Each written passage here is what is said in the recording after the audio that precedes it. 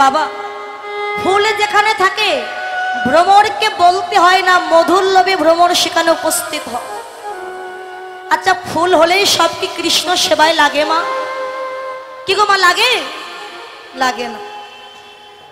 কত ফুল বৃক্ষ থেকে ঝরে পড়ে ধুলায় গড়াগড়ি যায়, কত ফুল কুড়ি থাকতে ঝরে যায়, আবার কত ফুল মালা হয়ে মরার গলায় গিয়ে শ্মশানে পুড়ে ছাই হয়ে যায়, আবার কত ফুল আমার গোবিন্দের চরণ প্রাপ্ত হয়।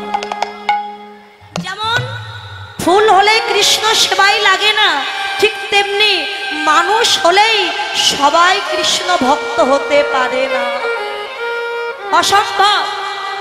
মানুষ তিন প্রকার, দেব মানুষ, দানব মানুষ আর মহামানুষ। জগতে মহামানুষ এবং দেব মানুষের সংখ্যাটা কমে গেছে, দানব মানুষের সংখ্যাটা বেশি বেড়ে গেছে। এরা ভগবান বিশ্বাস করে, ভগবান মানতে চায় না, কিন্তু ভগবান আছে। ভগবান যদি না থাকতে তাহলে আমরা কি আর জগতে থাকতে পারতাম? অনেকে কি বলে জানেন, ও বসে থাকলে যদি ভগবান খাবার জোগায় দিত তাহলে সারা জীবন বসে খেতাম। বসে থাকলে কি ভগবান আমার মুখে অন্ন তুলে দেবে? বাবা অনুকূল ঠাকুরের একটা বাণীতে কি বললে, ভাবছো বসে চলবে কিসে, তুমি ভাববার কে? তোমার ভাবনা ভাবছেন তিনি, তুমি ভাবো তাকে। বাবা বাবা, তুমি তাকে ভাবনা করো, তিনি আছেন তোমার ভাবনা করবার জন্য। তাই ভগবানের কাছে যদি চাইতেই হয় মা, আমরা কি চাই? সুখ দাও, শান্তি দাও, বাড়ি দাও, গাড়ি দাও, কিন্তু সুখ চাইলে যে ভগবান থাকে না, সুখে কৃষ্ণ থাকে না। যদি চাইতেই হয় ভগবানের কাছে দুঃখ চাও, কষ্ট চাও, কাঙাল হতে চাও, কেননা কাঙাল হলেই যে ভগবান তোমার কাছে থাকবে। হরিবল হরিবল। এটা আমার কথা নয় মা, তার প্রমাণ দিলেন ওই যে মহাভারতে কৃষ্ণ পঞ্চ পাণ্ডবের সঙ্গে 13 বৎসর ছিলেন বাবা। 13টা বৎসর পঞ্চ পাণ্ডবের সঙ্গে ছিলেন। তা আজকে যখন যুধিষ্ঠির রাজা হবে, ভগবান কৃষ্ণ বললে এবার তাহলে আমি চলে যাই, কেননা যুধিষ্ঠির তো রাজা হবে, এবার আমার যাওয়ার সময় হয়ে গেছে। এক পা দুপা করে হস্তিনাপুর থেকে দ্বারকার দিকে রওনা হলে বাবা যাচ্ছে কিন্তু যেতে পারছে না, মনটা বারবার ডুগরে ডুগরে কেঁদে উঠছে ওই পঞ্চ পাণ্ডবের জন্য। কেননা 13টা বৎসর যাদের সাথে ছিলে তাদের ছেড়ে যেতে তো একটু কষ্ট হবে বাবা। এই যে আমি এখানে এসেছি কীর্তন গাইতে, আপনাদের সঙ্গে একদিনের পরিচয়, এখান থেকে যখন আমি চলে যাব মনে তো একটু কষ্ট হবেই বাবা। যাচ্ছে কিন্তু যেতে পারছে না, মনটা বারবার কাঁদছে। তাই ভগবান ভাবলেন চলে তো আমি যাব, যাওয়ার আগে আর একবার একটু পঞ্চ পাণ্ডবকে দেখে আসি, ওরা কি করছে আমায় ছেড়ে। আমি যেমন কষ্ট পাচ্ছি ওরাও হয়তো আমার মতো কষ্ট পাচ্ছে।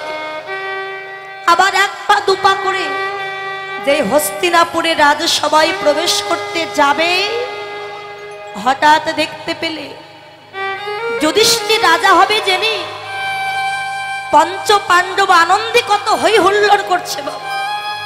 চতুর্দিকে আলো দিয়ে সাজানো, ফুল দিয়ে সাজানো। ভগবান বললেন যাক, ওরা তাহলে আমায় ভুলে গেছে। ওরা আমায় ভুলে গেছে তো কি হয়েছে, আমি তো ওদের ভুলিনি। আমি তো চেয়েছিলাম ওরা রাজ ঐশ্বর্য ফিরে পাক, বড় লোক, তাই তো হয়েছে। তবে আজ আমি কাঁদবো কেন? এবার তাহলে আমি চলে যাব। এক পা দুপা করে আবারও চলে যাচ্ছে। হঠাৎ দেখতে পেলে একটা অন্ধকার জায়গা, সেখানে কোনো আলো না। সে অন্ধকারে বসে একজন বৃদ্ধা মা কাঁদছে। কৃষ্ণ গিয়ে দেখলেন তিনি আর কেউ নন, তিনি হলেন ওই পঞ্চ পাণ্ডবের মা দেবী কুন্তী। কৃষ্ণ কি ডাক দিয়েছে, পিসি ও পিসি, তুমি এখানে অন্ধকারে বসে কাঁদছো কেন পিসি? আজকে তো তোমার কত আনন্দের দিন, তোমার যুধিষ্ঠির রাজা হবে, তুমি রাজমাতা হবে, তবে কাঁদছো কেন তুমি? কুন্তী বললেন, কৃষ্ণ একবার চেয়ে দেখ বাবা। আহা কৃষ্ণ রে, তুই একবার ভালো করে চেয়ে দেখ, যার জন্য আমার পঞ্চ পাণ্ডব বড়লোক হলো, সেই কৃষ্ণকে ভুলে ওরা কত আনন্দ করেছে, যার জন্য ওরা বড়লোক হয়েছে। আজকে কৃষ্ণ দেখ তোকে ভুলে তারা কত আনন্দে মেতে আছে। ও পিসি, ওরা আমায় ভুলে গেছো তো কি হয়েছে, তুমি তো আমায় ভুলোনি পিসি, তুমি তো আমায় মনে রেখেছ। আমি তো চলে যাব দ্বারকায়, যাওয়ার আগে তুমি অন্তত আমার কাছে কিছু চেয়ে নাও, যা চাইবে তাই দেবে। কৃষ্ণ, যা চাইবো তাই দিবি বাবা? হ্যাঁ তাই দেবে, তবে মাথায় হাত দিয়েছি। কৃষ্ণ রে, দিতে যদি চাস তুই আমায় একটি ধন দে। বলো কি ধন? আমি যেন জনম জনম কৃষ্ণ বলে কাঁদিতে পারি।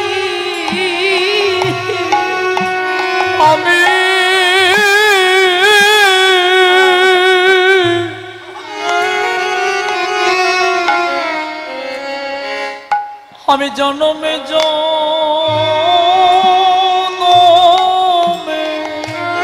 কৃষ্ণ বলে কাঁদিতে পারি,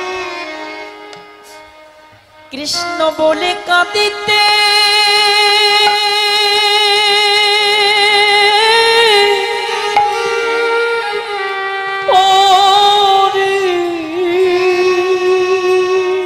আমি আর কোনো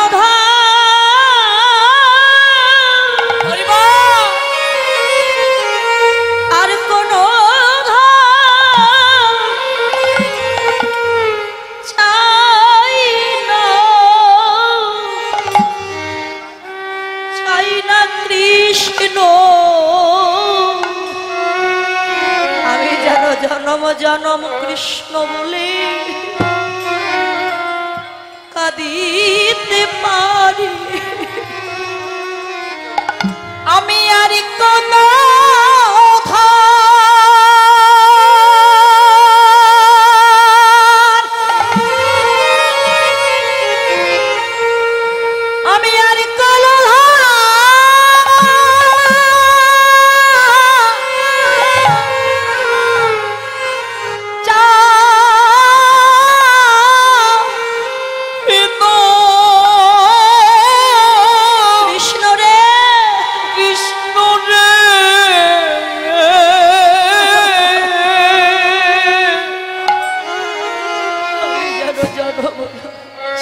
জনমে জনমে কৃষ্ণ বলে কাঁদিতে, কৃষ্ণ বলে কাঁদিতে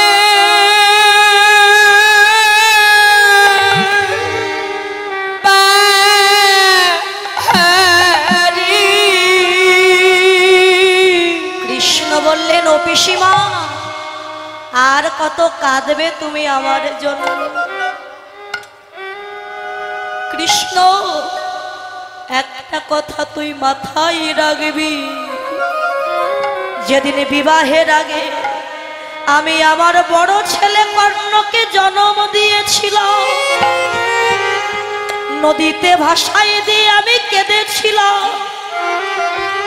যেদিন আমার স্বামী মহারাজ পাণ্ডু মারা যায়, সেদিনই আমি কেঁদেছিলাম।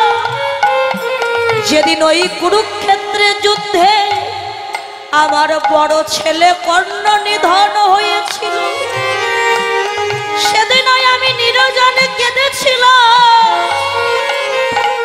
ও পিসিমা, তবে আর কেন কাঁদতে চাইছো তুমি? আজকে তো তোমার আনন্দের দিন, তুমি সব পেয়েছো। কৃষ্ণ রে, যখন আমার কেউ ছিল না তখন আমার কাছে আমার কৃষ্ণ ছিল, কিন্তু একবারে আমার পানে চেয়ে দেখে কৃষ্ণ, আজ আমার সব হয়েছে, কিন্তু কৃষ্ণ চরণ ছাড়া হয়ে গেল।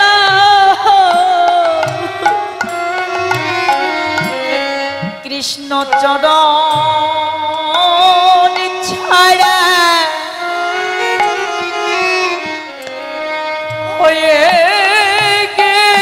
গেলাম। ওরে আমি রাজমাতা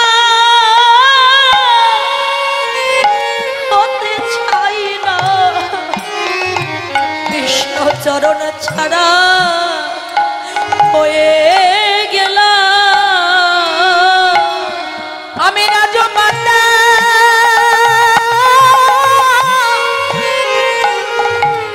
হতে চাই না, আমি যে কৃষ্ণ চরণ ছাড়া হয়ে গেলাম। আমি গিয়ে গেল। তাই চাই না আমি রাজ ঐশ্বর্য, যে সুখে কৃষ্ণ থাকে না সেই সুখ আমি চাই না।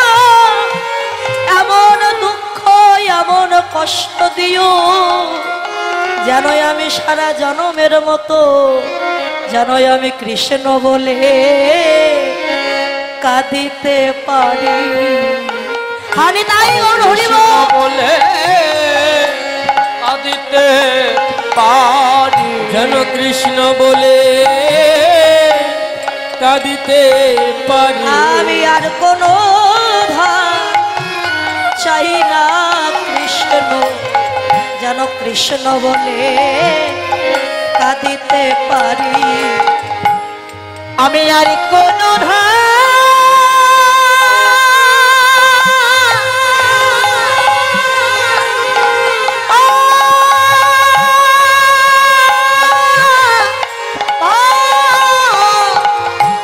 চাই না, শুধু কৃষ্ণ বলে যেন কাঁদিতে পার। তাই কুন্তি চাইলো সুখ নয় বাবা, দুঃখ দে, কষ্ট দে। আমি কষ্ট পেলেই যে তুই আমার কাছে থাকবি, সুখ পেলে যে তুই আমায় ছেড়ে চলে যাবি। তাই মানব কুলে জন্ম নিয়ে কৃষ্ণ বলার মতো বদনে পেয়ে একদিন তো তাকে আমরা কোনোদিন ভজন করলাম না। যিনিশ্বর পরম কৃষ্ণ সচ্চিদানন্দ বিগ্রহ, যিনি অনাদির আদি গোবিন্দম সর্বকারণের যিনি কারণ, যিনি বৃন্দাবনে ছিলেন ব্রজেন্দ্র নন্দন কৃষ্ণ, মা যশোদার নয়নে নীলমণি কৃষ্ণ, মণি ঋষি সাধক সাধিকা গন্ধর্ব কিন্ডর হাজার হাজার বৎসর ধরে তপস্যা করছেন, ধ্যান করছেন যে চরণ কমল পাওয়ার জন্য, কিন্তু যে চরণ কমল লাভ করতে পারে না। আজ সে হেন বিরিঞ্চি বাঞ্ছিত ধন, এই কলির আরাধ্য দেবতা পতিতি পাবন আমার গৌরাঙ্গ সুন্দর, আজ আমাদের মতো অত্যাচারী পাপাচারী বেভিচারী দুরাচারী এই কলির জীবিক উদ্ধার করবার প্রত্যাশা শ্রীধাম নদিয়া নবদ্বীপের মাঝে গৌর হয়ে আবির্ভূত হয়েছিলেন ভক্তের ভগবান 1407 শতাব্দে, 1486 খ্রিস্টাব্দে, 891 সনে 23 ফাল্গুন চতুর্দশী তিথি উত্তীর্ণ হওয়ার সঙ্গে সঙ্গে উদয়গিরি ভেদ করে নবদ্বীপ সদৃশ উদয়গিরিতে ভক্তের ভগবান আমার উদয় হয়েছিলেন। এটাই গৌর হরি। তো যোগী যারে যোগে পায় না, মুনি যারে ধ্যানে পায় না, সাধক যারে সাধনায় পায় না, সেই ভক্তের ভগবান কলিযুগের মাঝে এসেছেন গৌর হয়ে। সত্যযুগে মুর নামক অসুরকে বধ করে ভগবানের নাম হয়েছিলেন মুরারি। ত্রেতা যুগে রাবণ বধ করে নাম হলো রাবণারি। দাপর যুগে কংস বধ করে নাম হলো কংসাহারি। আর কলিযুগে আমাদের মতো অজ্ঞানজীবীকে উদ্ধারের জন্য নাম নিলেন চৈতন্য গৌর হরি। মানে কলিযুগে কাউকে প্রাণে মারলেন না। রাম আদি অবতারে ক্রোধে যুদ্ধ অস্ত্র ধরে, অসুরেরও করিল সংহার। এবে অস্ত্র না ধরিব, প্রাণে কারো না মারিব, হরি নাম দিয়ে চিত্ত শুদ্ধি করিব সবার। এই যে ব্রত নিয়েছে, অন্যান্য যুগে যুদ্ধ করেছে, অস্ত্র ধারণ করেছি, কিন্তু কলিযুগে আর যুদ্ধ করবো না, অস্ত্র তুলব না। কি দিয়ে উদ্ধার করবো কলিযুগকে? একমাত্র মধুমাখা হরিনাম দিয়ে উদ্ধার করব। কলিযুগে উদ্ধার করলেন জগাই মাধাই পাপী ছিল, মলায় চাঁদ কাজী হরিনামের বিরোধী উদ্ধার হলেন। চাপাল গোপাল উদ্ধার করলেন মধুমাখা হরিনাম। ওমা, ভক্তির ভগবান গৌরাঙ্গ সুন্দর। আজকে রাধা এবং কৃষ্ণ মিলিত তনু আমার গৌর হরি। এটা কিন্তু অনেকে মানতে চান, অনেকে মানতে চান না। কিন্তু রাধা কৃষ্ণ মিলেমিশে কলিযুগের মাঝে গৌর হয়ে আবির্ভূত হয়েছে। ভগবানের জন্ম না, ভগবান যুগে যুগে আবির্ভূত হয়ে থাকে। সচী মাতার কোলেও কিন্তু ভক্তের ভগবান আবির্ভূত হয়েছিলেন। সচী মাতার গর্ভ থেকে কিন্তু নিমাই জন্ম নেয়। সচী মাতার গর্ভটা ছিল বাতাসে পরিপূর্ণ। যখন বাতাসটা বাহির হয়ে গেল, সচী মাতা তো অজ্ঞান হয়ে ওই নিমবৃক্ষে তলদেশে পড়েছিল। ঠিক সেই সময় ভক্তের ভগবান আবির্ভূত হলেন। সামনে জন্মাষ্টমী আসছে মা, কি গো, তাই না? তাহলে ভগবান, আমরা বলি ভগবানের জন্ম নয়, তাহলে ভগবানের জন্মাষ্টমী পালন করি আমরা। ভগবানের তো জন্ম নয়, ভগবান আবির্ভূত হয়েছিলেন, সেই দিনটা আমরা জন্মাষ্টমী তিথি উপলক্ষে পালন করি। কংস কারাগারে চতুর্ভুজ নারায়ণ দেখা দিয়েছিলেন মা দেবকীকে। মা, দেখো তো আমায় চিনতে পারো কিনা, আমি তোমার সেই কিনা। যুগে যুগে আমি তোমার পুত্র রূপে এসেছি তোমাকে ধরা দেওয়ার জন্য। প্রভু, তুমি যদি আমার সেই হবে, তোমার দুটি করে নিয়ে তুমি আমায় ধরা দাও। তোমার চারটি হাত কেন প্রভু? আমার সন্তানের তো চারটি হাত ছিল। ভক্তের মনোবাসনা পূর্ণ করবার জন্য ভগবান দুটি কর লুকিয়ে আর দুটি কর নিয়ে সাধারণ পুত্রের ন্যায় ওই কংস কারাগারে আবির্ভূত হয়েছিল অষ্টম গর্ভে। এটা আমরা সবাই দেখুন। ভগবান বলেন, আমা হতে আমার নাম বড়, নাম হতে ভক্ত বড়, আর ভক্ত হতে ভক্তের চরণের ধুলি আরো। ভক্ত আমার মাতা পিতা, ভক্ত আমার গুরু, আর ভক্ততে রেখেছে নাম বাঞ্ছা কল্পতরু।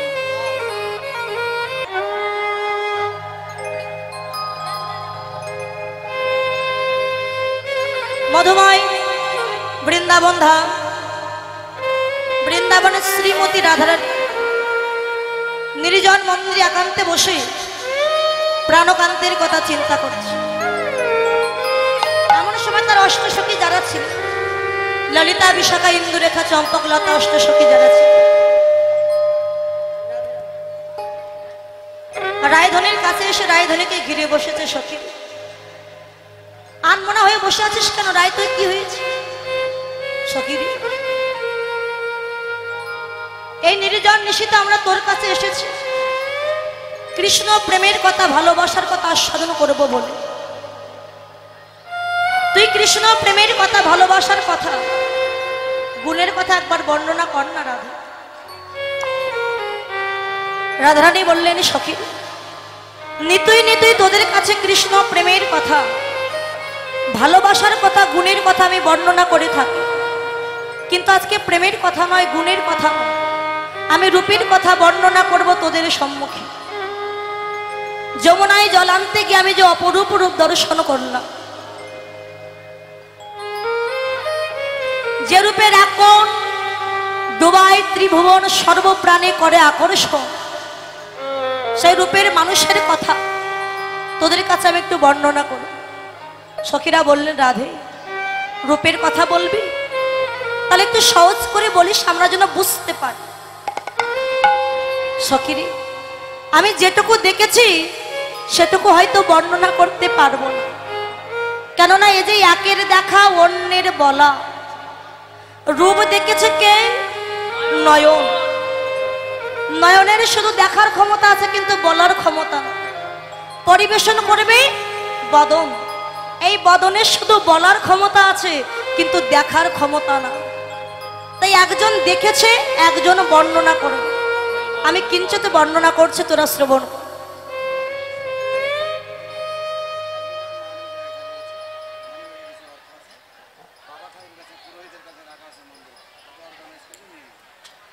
আচ্ছা বাবারা, আপনাদের যার যার পকেটে হাত দিয়ে দেখুন একটা মানি ব্যাগ পাওয়া গেছে, কিছু টাকাও আছে তাতে। তো যার মানি ব্যাগ আপনারা প্রমাণ দিয়ে ওই মন্দিরে আছে ওখান থেকে নিয়ে যাবেন। যার হারিয়ে গেছে একটু আপনারা হাত দিয়ে দেখেন মানি ব্যাগটা আছে কিনা।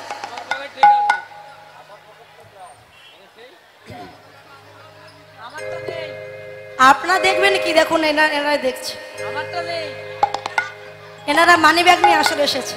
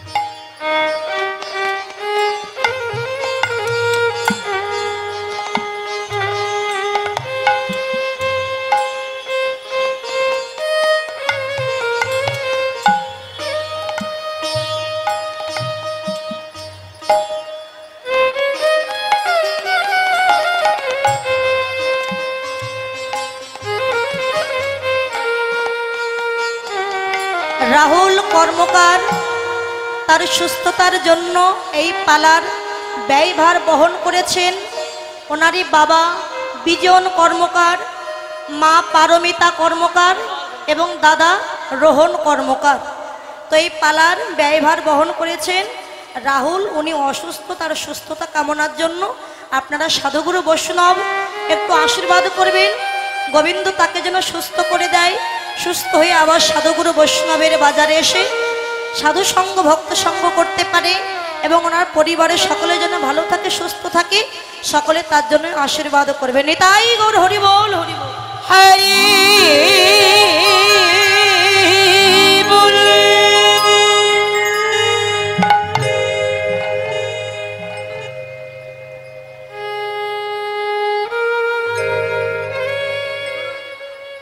আর আমার এই ভক্তিমতী মা একটি ফুলের মালা দিয়েছেন এবং দিদি ভাই ফুলের মালা দিয়েছেন। আশীর্বাদ করি ফুলের মতো পবিত্র মন নিয়ে যেন তারা ফুলের মতো পবিত্র মন নিয়ে যেন কৃষ্ণ ভজন পথে যেতে পারে, স্বামী সন্তান নিয়ে যেন সুখে থাকে। নিতাই গৌর হরি বল, হরি বল।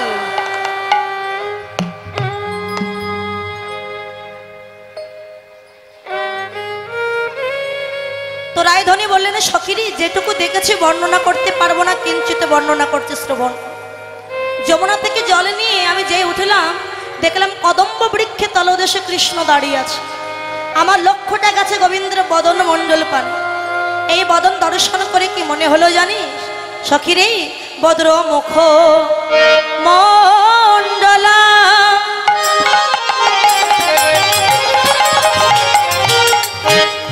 জিতে শারদ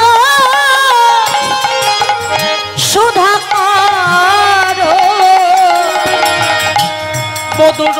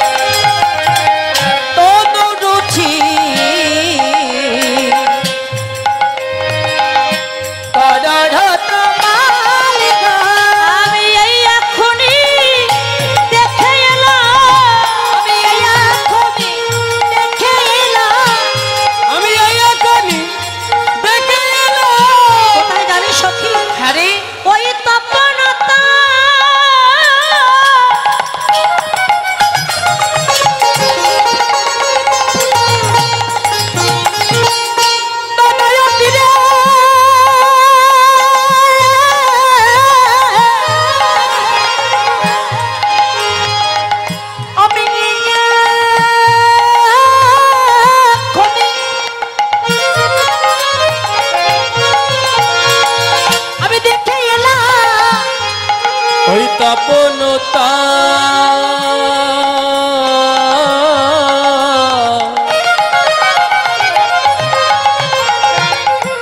কানায়নী রে বলি ও ললিতা ও বিশাখা তপনতনয়নী রে। বলি ও ললিতা ও বিশাখা আমি এই এক্ষুনি দেখে এলাম ও ললিতা ও বিশাখা আমি তপনতনয়নী রে। আমি এমন মধু দেখি নাই রে। বলি দেখে এলাম ওই এমন মূরতি দেখি নাই রে ও ললিতা বিশাখা, আমি এই এক্ষুনি দেখে এলাম আর তনু রুচি তরুণতম তনু রুচি তরুণতমা। বধুর ও মুখমণ্ডল মানে এই যে মদন মণ্ডল জিতি শারদ সুধাকর।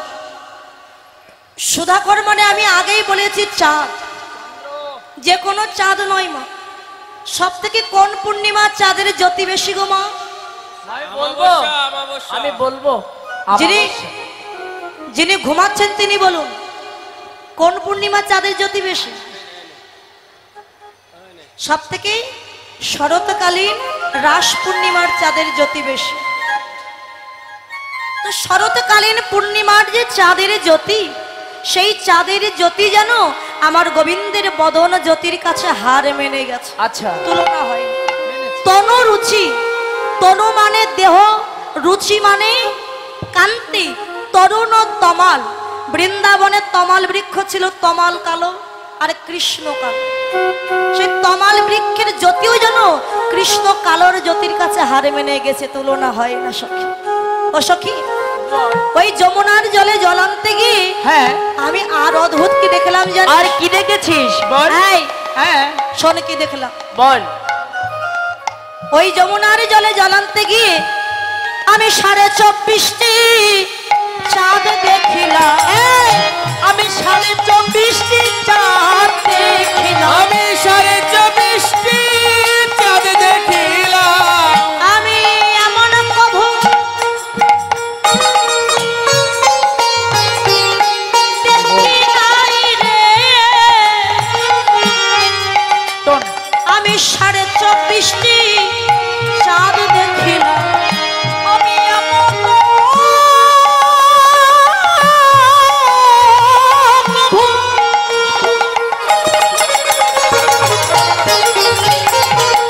আমি দেখি নাই রে। আমি 24.5টি চাঁদ দেখি। এই ললিতা, এই ওঠ, কেন চল আমরা বাড়ি চলে যাই। কেন ওরে আমাদের রায়ধনির মাথা খারাপ হয়ে গেছে। কেন খারাপ হয়েছে? আমরা জানি আকাশে একটা চাঁদের উদয় হয়। একটি চন্দ্র, আকাশে কয়টা চাঁদ মা? একটি একটি চাঁদ। হ্যাঁ। কিন্তু রাধারানী বললেন 24.5 চাঁদ দেখে এলো। 24.5 24 নয়, 25ও নয়, 24.5 চাঁদ আমি দর্শন করে। এই রাধে, 24.5 চাঁদ কখনো হয়? তা তুই তো কোথায় হয় না দেখলি? হয় না 24.5 চাঁদ কোথায় দেখেছি তোদের কাছে বলিস। চাঁদের গাছে চাঁদের পাতা, চাঁদের ফুল আর চাঁদের গাছে চাঁদের পাতা, চাঁদের ফুল ফলে। চাঁদের গাছে চাঁদের পাতা চাঁদের ফুল আর ফলে আর এমন কবু দেখি নাই সই চাঁদের গাছে চলে। আর এমন কবু দেখি নাই সই চাঁদের গাছে চলে। চাঁদের গাছে চাঁদের পাতা দেখলাম অদ্ভুত। কি দেখলি? চাঁদের গাছ দাঁড়িয়ে আছে, চাঁদের গাছে সারা গাছে যেন চাঁদ ধরে আছে। আচ্ছা কোথায় দেখলি ভালো করে বুঝিয়ে বল। বল জানিস সখী, হ্যাঁ। আমার কৃষ্ণ যখন ললিত বঙ্কিমঠামে দাঁড়িয়ে বাঁশি বাজাচ্ছিলেন, আমার বধূর এই নখ পানে আমার লক্ষ্যটা গেল। আমার গোবিন্দের এক একটি নখ কোণে যখন লক্ষ্যটা গেল, এক একটি নখের এত সুন্দর জ্যোতি দেখে মনে হয় ওগুলো যেন নখ নয়, নখের কোণে যেন এক একটা পূর্ণ চাঁদের উদয় হয়েছে। তাহলে বাম হাতের 5টি নখকণ, হ্যাঁ। দক্ষিণ হাতের 5টি নখকণ দেখে মনে হলো আমার গোবিন্দের হাতে যেন 10টা চাঁদের উদয় হয়েছে। এবার লক্ষ্য করলাম চরণ মণ্ডল পান, 2 চরণে 5 5 10টি নখকর। হ্যাঁ দেখে মনে হলো 10টি চাঁদের উদয় হয়েছে। হাতে 10, পায়ে 10, কত হলো? 20টা। 20। আর চাঁদ কোথায়? গোবিন্দের 2টি নয়ন। যখন কৃষ্ণ এমন করে দাঁড়িয়ে আছে, ওই চাঁদ 2 মনির ভিতরে দেখা যাচ্ছে। আপনি লাইটের দিকে তাকিয়ে থাকুন, দেখবেন আপনার নয়নের মনির ভিতরে লাইট দেখা যাবে। আর যখন তাকিয়ে আছে 2 মনির ভিতরে 2খানা চাঁদ দেখা যাচ্ছে, হলো 22। আর চাঁদ কোথায়? কোথায় দেখেছি? দেখলাম এখানে 2খানা চাঁদ উঠেছে, এখানে 2খানা চাঁদ উঠেছে, এখানে 2খানা চাঁদ উঠেছে, এখানে 2খানা চাঁদ উঠেছে। ওই বৃন্দাবন আলো করে এখানে 2খানা চাঁদ উঠেছে। বৃন্দাবন আলো তোরে, এখানে 2খানা চাঁদ উঠেছে। বেশ, এখানে 2খানা চাঁদ। অর্থাৎ গোবিন্দের এই গন্ডমুণ্ড এত তৈলাক্ত তেলের মতো চকচক করছে। এখানে যখন চকচক চকচক করছে, ঠিক সেই সময় চাঁদের জ্যোতি এসে পড়েছে। এসে যখন পড়লো গন্ডমুণ্ডের উপরে, দেখে মনে হলো 2খানা চাঁদের উদয় হয়েছে। বাবা হলো 24। 24। এই রাধে, বল। আর অর্ধচন্দ্র কোথায়? জানি না, ওই যে বাবার মাথায়। আর অর্ধচন্দ্র কোথায়? দেখলাম গোবিন্দের ললাট মানে কপাল। আচ্ছা, কপালের উপরি ভাগে চূর্ণ চূর্ণ বক্র কুন্তল রাশি। কুন্তল মানে চুল, বক্র মানে বাঁকা। গোবিন্দের কপালের উপরে যে কোচকানো কোচকানো বাঁকা চুল, সেই বাঁকা চুলের মধ্যে ঘামের বিন্দু উৎপত্তি হয়েছে। চাঁদের জ্যোতি পড়ে যখন ঘামের বিন্দুর উপরে পড়েছে, ঘামের বিন্দু ঝলমল করছে। আর বাঁকা চুল থেকে যখন ঘাম ঝরে পড়ছে, হঠাৎ দেখে মনে হয় বধূ অর্ধচন্দ্র ধরে রেখেছে, ওরে অর্ধচন্দ্র ধরে রেখেছে, বধূ অর্ধচন্দ্র ধরে রেখেছে। তারে হঠাৎ দেখলে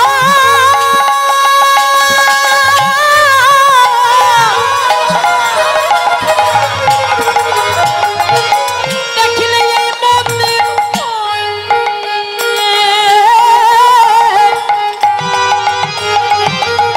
ওরে অর্ধচন্দ্র ধরে রেখেছে। ওদের হঠাৎ দেখলে এই মনে হয় যেন অর্ধচন্দ্র ধরে রেখেছে। অর্ধচন্দ্র যেন কপালে ধরে রেখেছে। এলো 24.5 চাঁদ। এবার দর্শন করলাম গোবিন্দের চূড়া। চূড়াহি চারু শিখণ্ডক মণ্ডিত মধুকর মালতিমা। বাবা বাবা, আমার গোবিন্দ যখন মস্তকে চূড়া বেঁধেছেন, চূড়ার পাশে একগুচ্ছ ময়ূরপুচ্ছ দিয়ে বেঁধে রেখেছে, তার পাশে মালতী ফুলের মালা। তাই প্রত্যেকটি ফুলে যখন এক একটি করে ভ্রমর বসেছে, মধু পান করছে, হঠাৎ দেখে মনে হয় আমার গোবিন্দ যেন মস্তকে ভ্রমরের মালা বেঁধে রেখেছে। আর কি দেখলাম জানিস? ধনে ধনে আরে ধনে বনে নবনাগরকা। আবারে ধনী ধনী আরে ধনী বনে নব না গরু, বনে নব না গরু। আরে রহাই ত্রিভঙ্গ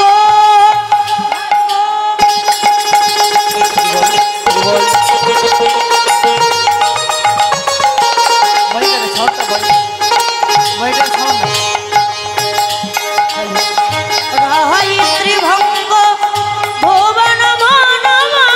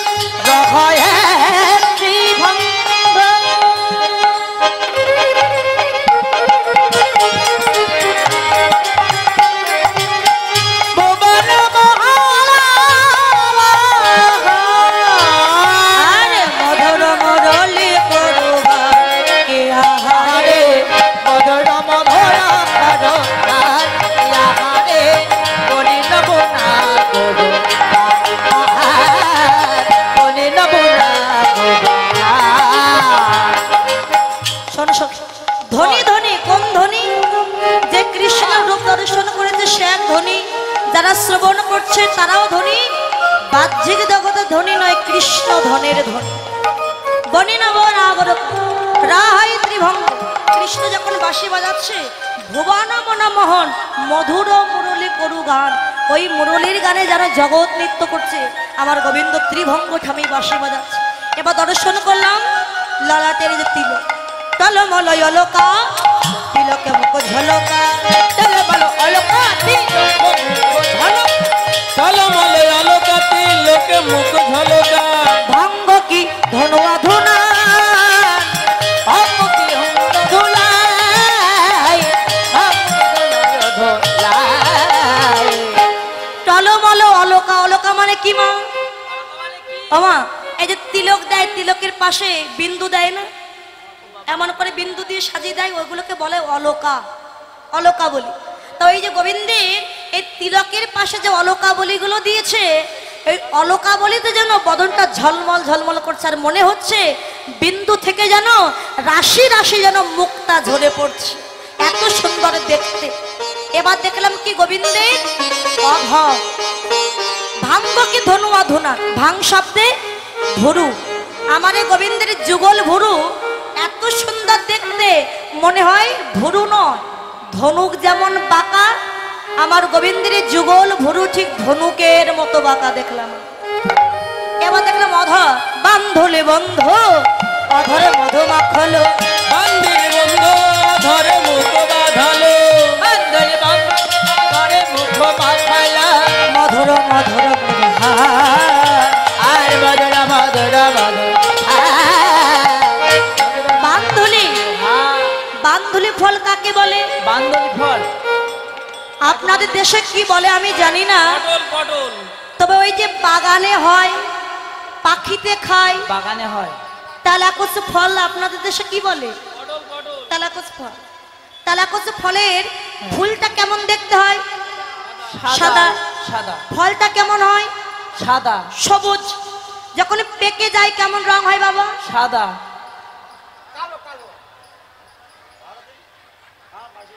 কি হয়? পেকে গেলে কেমন রং পেকে হয়? গেলে লাল বড়। ও তা বললেন তেলাকচুর ফলে যেমন লাল, আমার গোবিন্দের অধর ঠিক তেলাকচুর ফলের মতো লাল দেখে মনে হয় আমার গোবিন্দ অধরে কুমকুম লাগিয়েছে, এত সুন্দর দেখতে অধরটা। যছু আনন্দে মদমন্থর ধনত হি গোবিন্দ দাস। আর কি দেখলাম জান? বল। কি রূপ হেরিন কালিন্দির কুলে, কি রূপ হেরিন কালিন্দির তীরে, হিরূপ হেরিল কালিন্দির কুলে, অতি অপরূপ কদম্ব মূলে, অতি অপার কদম মূলে, অতি অপূর্ব কদম্ব মূলে, অচলা চপলা মেঘের গায়, চপলা চপলা মেঘের গায়, অচলা চপলা মেঘের গায়, গঙ্গ রহিতে শশঙ্কের আর রঙ্গ রহিতে অসংখ্যের রায়।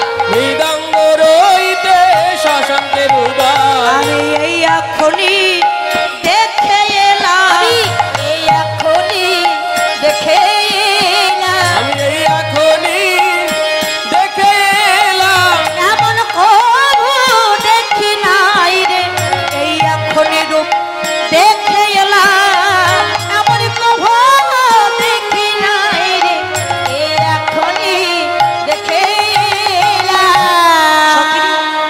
বিধাতা যদি আমাকে সহস্র বদন দিত তবে হয়তো কিঞ্চিত বর্ণনা করতে পারতাম, কিন্তু বিধাতা দিয়েছে আমায় একটি বদন, একটি বদনে কেমন করে বর্ণনা করবো সখী? অকৈতব কৃষ্ণ প্রেমে যেন জম্ব নদ হে, এই প্রেম নীলকে না হয় যদি হয় ইহার যোগ, আর না হয় বিয়োগ, বিয়োগ হইলে কৃষ্ণ প্রেম কভু না জিয়, কখনো বর্ণনা করা সম্ভব নয়। আমার পক্ষে কৃষ্ণ প্রেম বর্ণনা করা বামন হয়ে চাঁদ ধরবার মতো, বাবা বাবা ভেকের গান করবার মতো, কখনোই বর্ণনা করা যায়। দেখলাম অচলা চপলা মেঘের গায়, মৃগঙ্গ রহিতে শশঙ্কের উদয়। আচ্ছা মা, আকাশে মেঘ হলেই কি বৃষ্টি হয়? সব মেঘে কি বৃষ্টি হয়? কিছু কিছু মেঘে হয়। মেঘ হলেই যে বৃষ্টি হবে এমন কোনো কথা না। যতক্ষণ না মেঘের সাথে বিদ্যুতের ঘর্ষণ না হয় বৃষ্টি পড়বে না, বৃষ্টি নামবে না ধরিত্রীর বক্ষে। আর যখন মেঘ হয়ে থাকে দেখবেন ওই যে কালো বরণ মেঘটা হয়ে আছে, তার মধ্যে বললেন কি মৃগঙ্ক রহিতে শশঙ্কের উদয়। মেঘ হয়েছে, আমি দেখলাম সূর্য থাকতেও চাঁদের উদয় হয়েছে। আমরা জানি সূর্য অস্তাচলে চলে গেলে পরে চাঁদের উদয় হয়, কিন্তু আজকে সূর্য আছে থাকতেও চাঁদের উদয় হয়েছে। তাহলে মেঘ কাকে বললো? বলো ওই যে কৃষ্ণ রূপ। কৃষ্ণ যে কালো নয় বাবা, কাঁচা আমের মতো পিত্ত রং। মেঘের বরণ যেমন মেঘ, আকাশে মেঘ হলে যেমন হয়। দেখলাম মৃগঙ্ক রহিতে শশঙ্কের উদয়। মৃগঙ্ক সূর্যের সঙ্গে তুলনা করলেন। সূর্য কাকে বললো?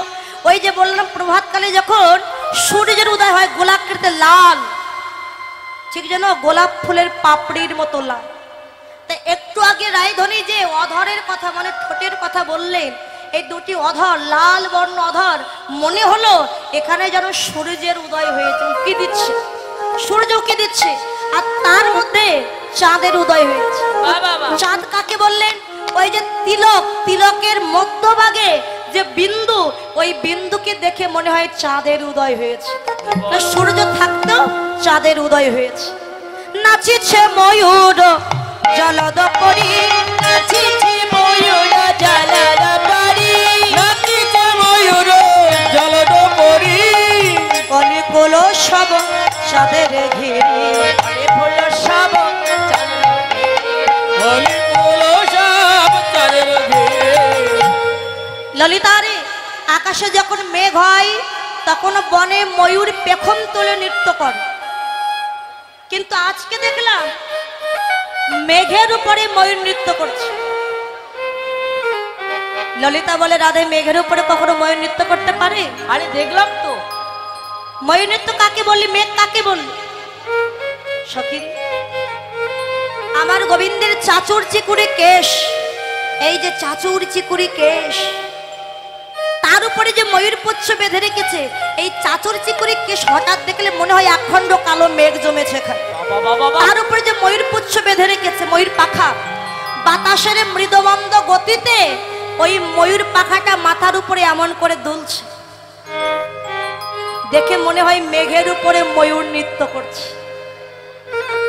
আরো অদ্ভুত কহিতে নারী, আরো অদ্ভুত কহিতে নারী, আরো অদ্ভুত কহিতে নারী, যথাই মেঘ তথাই না রহে বাড়ি, ওই মেঘ তথায় রাজবে বাড়ি, যথাই মেঘ তথা না রহে বাড়ি। যথা মেঘ তথা না রহে বারে। কৃষ্ণ কালো মেঘ দর্শন করলাম। ললিতারে আকাশে যখন মেঘ হয় ওই মেঘ দিয়ে বৃষ্টি নামে, কিন্তু অদ্ভুত দেখলাম কি জানি, ওই কৃষ্ণ কালো মেঘ দর্শন করলাম, দর্শন করিলাম, কিন্তু ওই মেঘে বৃষ্টি নাই। ওই কৃষ্ণ কালো মেঘকে যে ভক্ত একবার দর্শন করেছে, ওই ভক্তের দুটি নয়ন মেঘ হতে জানো ওই বৃষ্টি নেমেছে, যে কখনো ভুলতে পারেনি কৃষ্ণ রূপ, তারই নয়ন দিয়ে ওই মেঘের বৃষ্টি বর্ষণ হয়ে গেছে। সব মন মনে হেন লয়ে বিজুরি হয়ে জড়ায়ে রহি ও মেঘে গি। আমি যদি বিদ্যুৎ হতাম সখী, কৃষ্ণ কালো মেঘকে আমি আমার হৃদয়ে জড়িয়ে রাখতে পারতাম, আমার জনমটাই ধন্য হয়ে যেত সখী। জ্ঞান দাস কয় নহে তো আন, যে কহিলে ধনী সেই তো প্রমাণ। আমার কানো সে বিনোদ রাই গো, কানো সে বিনোদ সদই কানু সে বিনোদ রাই গো, কানু সে বিনোদ রায়, কানো সে বিনোদ রাই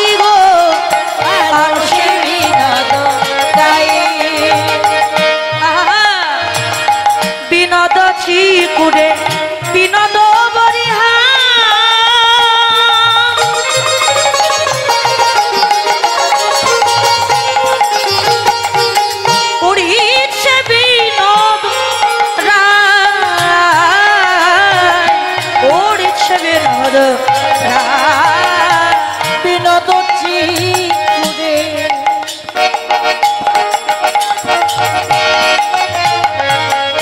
বিনোদ বলিহা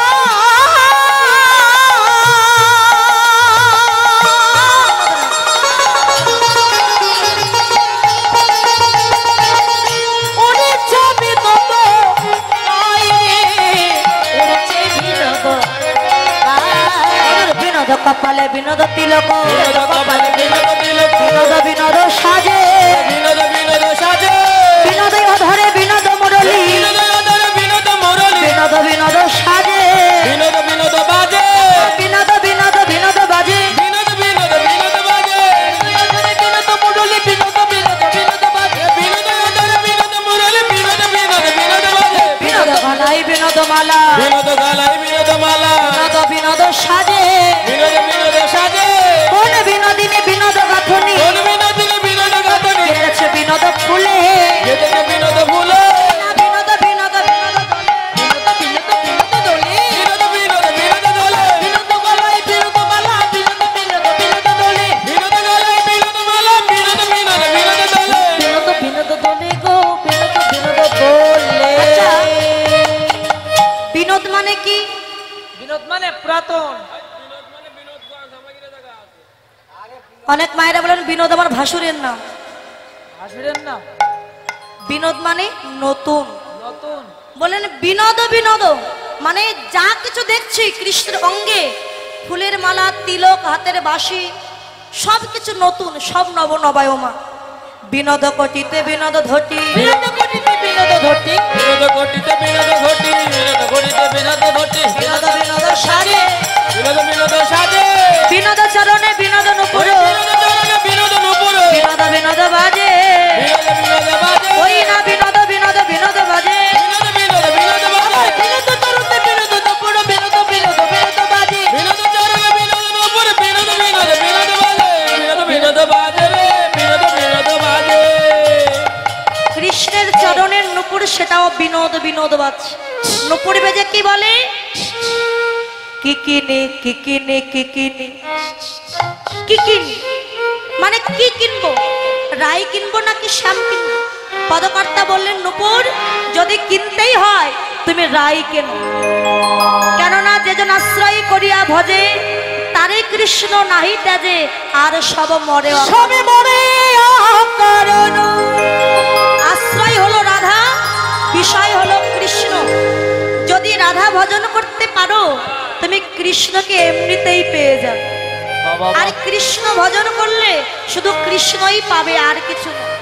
নুপুর বলে রাধা ভজন করলে যদি কৃষ্ণ পেয়ে যায় তাহলে আমি রাধাই ভজন করব, রাধা পেলে কৃষ্ণ পাবো, আর তখন যুগলে রাধা কৃষ্ণের চরণ ভজন করব।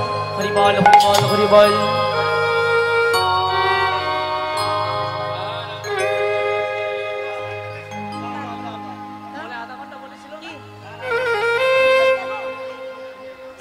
এখন রায়ধনের রূপের কথা বর্ণনা করছিলেন, বর্ণনা করতে করতে বললেন সখিনী আমার পক্ষে তো রূপের কথা বর্ণনা করা সম্ভব নয়, তাই অনুরাগের রাধারানী আমার বললেন সখী ললিতা রে আমার পক্ষে আর বর্ণনা করা সম্ভব নয়। রূপের কথা বলিতে বলিতে রাধারানী আমার লীলা এখানে রহিল।